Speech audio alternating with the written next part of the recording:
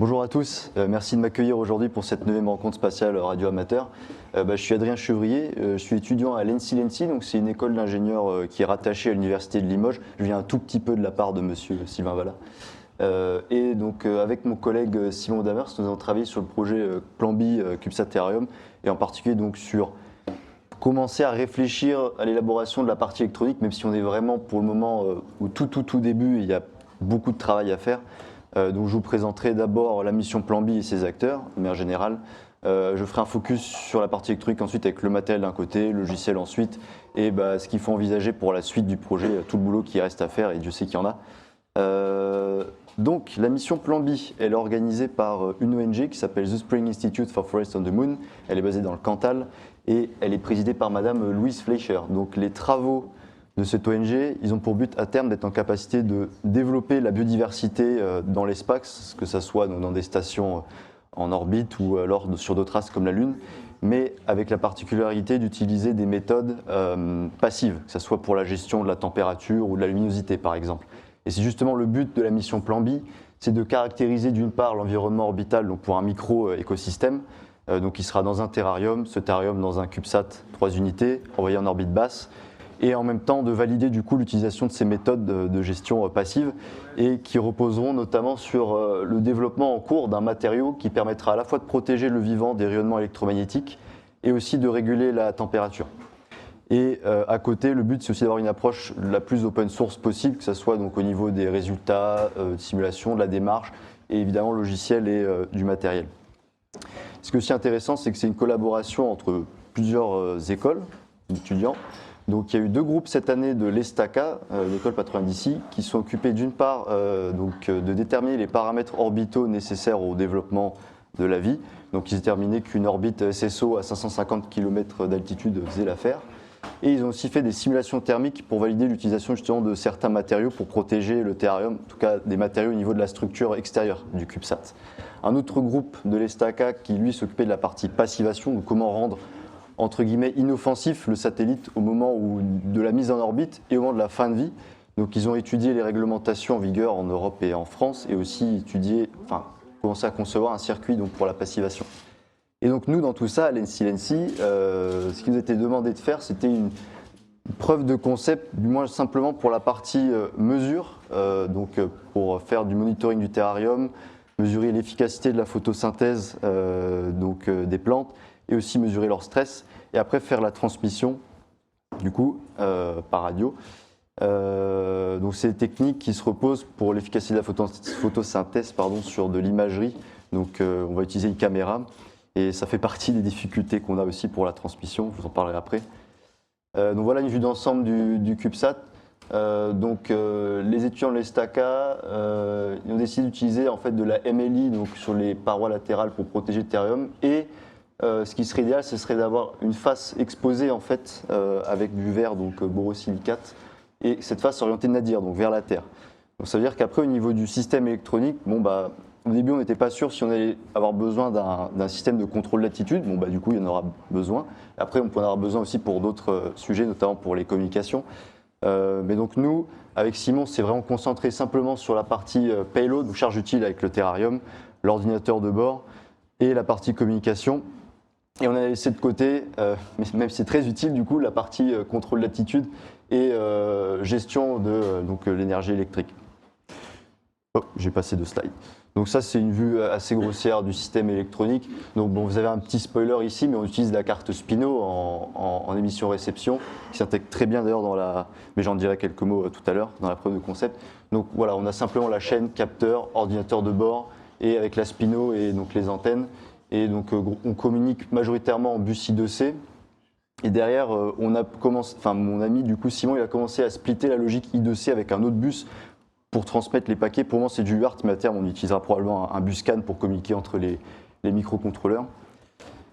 Alors au niveau du matériel maintenant, donc pour les capteurs, on a fait un choix avec l'équipe scientifique de The Spring. Déjà pour savoir quelle grandeur il y avait besoin de mesurer, le monitoring. Et donc ensuite, comme en principe le terrarium il sera protégé des rayonnements électromagnétiques et que la température sera relativement stable, ça vous permet d'utiliser des composants qui viennent du marché, commun. Après, il reste les problèmes de vibration quand même. Donc globalement, on a des capteurs pour faire la mesure de pression, température, humidité, quantité de CO2, important pour la photosynthèse et d'éclairement lumineux. Et à côté, donc, on a une caméra. Alors cette caméra, pareil, vient du commerce tout à fait classique, le même genre qu'on retrouve pour les Raspberry Pi. Donc elle devrait suffire pour l'application, mais pareil, il y a tout un tas de choses après à regarder, que ce soit au niveau des tests vibratoires et aussi l'anomalie des pixels chauds, le fait qu'il y ait des particules chargées puissent poser sur le capteur CMOS. Et après, au bout d'un moment, plutôt que d'avoir une image bien sombre, là où ça devrait être sombre, vous allez avoir des halos lumineux. Donc ça peut se corriger après de façon logicielle. Donc voilà, il y a toutes ces choses-là encore à penser. L'ordinateur de bord, donc pour la preuve de concept, le but, c'était juste d'identifier nos besoins en termes vraiment de fonctions sur la carte.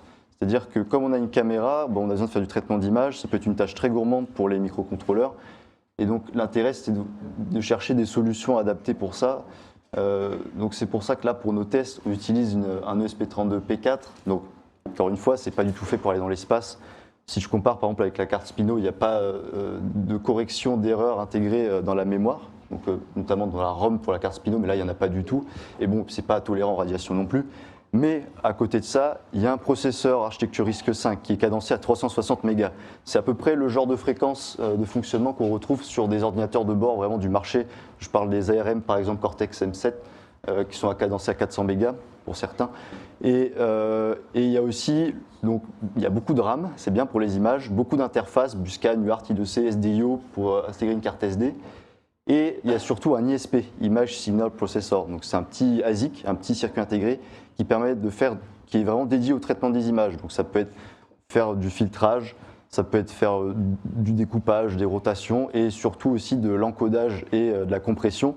Donc il y a un encodeur H264 intégré et aussi un encodeur JPEG pour les images. Donc tout ça, c'est des fonctions qui sont vraiment intéressantes et ça nous permet après de nous concentrer sur le développement vraiment côté métier, on va dire, de la mission, expérience, plutôt qu'après, dans tous les cas, on n'aura pas cette architecture-là, il faudra se concentrer sur d'autres problématiques comme avoir un système redondant et ce genre de choses.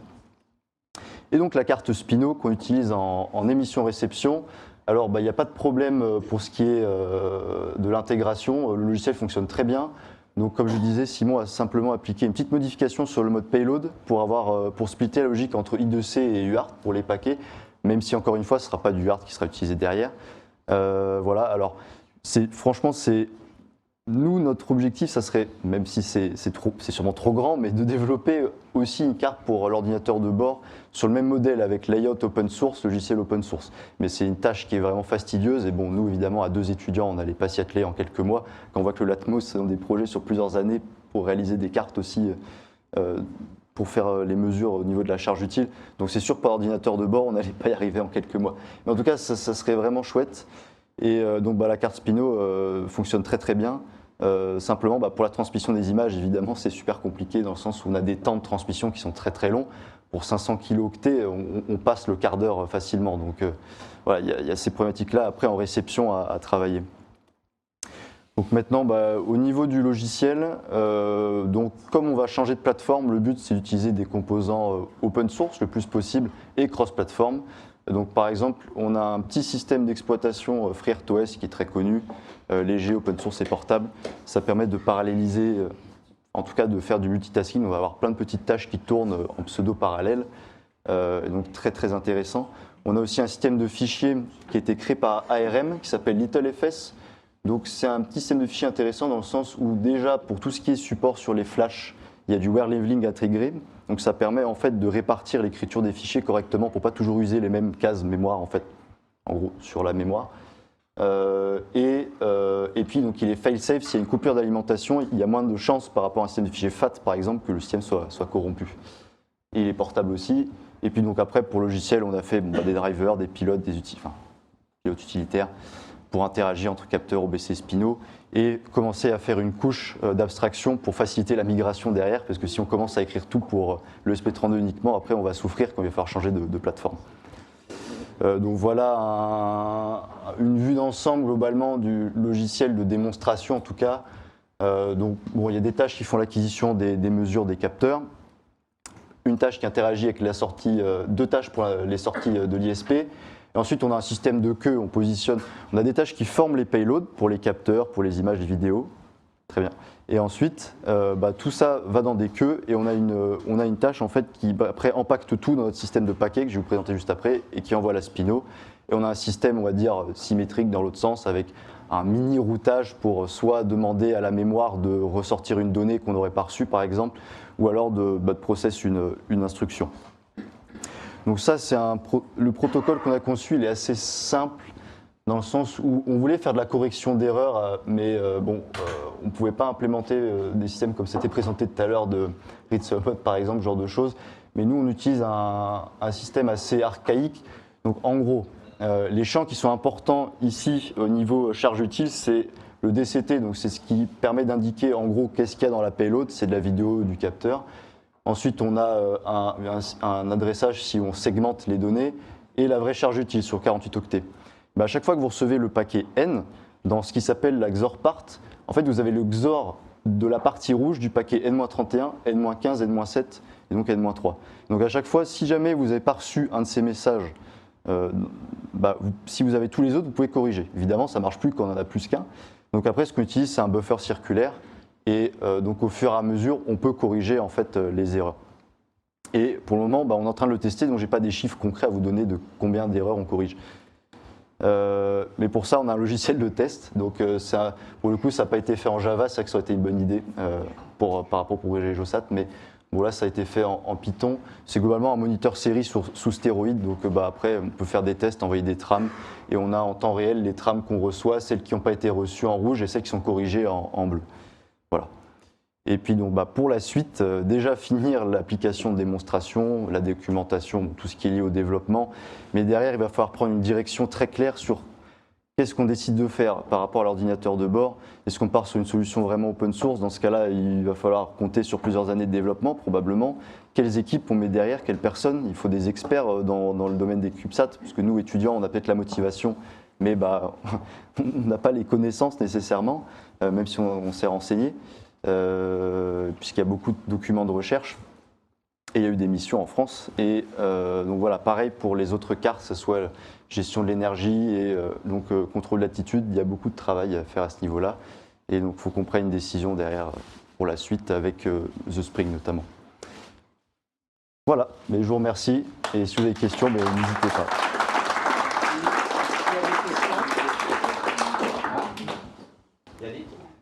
Alors. Oui, bonjour. Oui,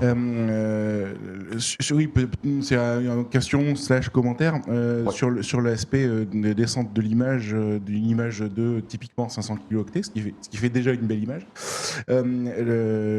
Spino supporte des modes jusqu'à 12 800 bits par seconde. Ouais. Et où déjà, en utilisant ces modes-là, déjà, je pense que ça prend plus un quart d'heure.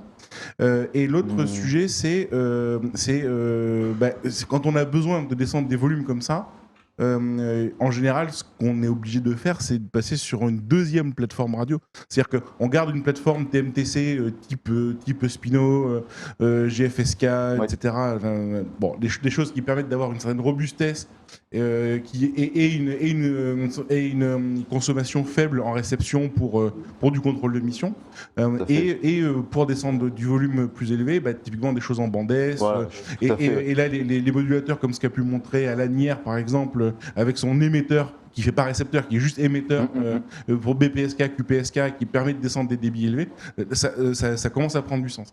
Mais la problématique, c'est que là, on rentre dans les sujets du contrôle d'attitude, etc. Oui. Donc, la question, c'est est-ce que vous avez regardé côté compression, jusqu'où vous pouvez aller, jusqu'où vous pouvez aller pour que, d'un point de vue scientifique, pour la mission d'observation de la plante, etc., on puisse avoir des volumes réduire un peu dans le cadre de l'utilisation de la vitesse maximale de Spino qui est de 12 800, je crois. De mémoire, il me semble que c'est ça. Oui, merci. Alors, effectivement, on avait réfléchi déjà à l'utilisation de la bande S, notamment pour la transmission, comme vous avez dit.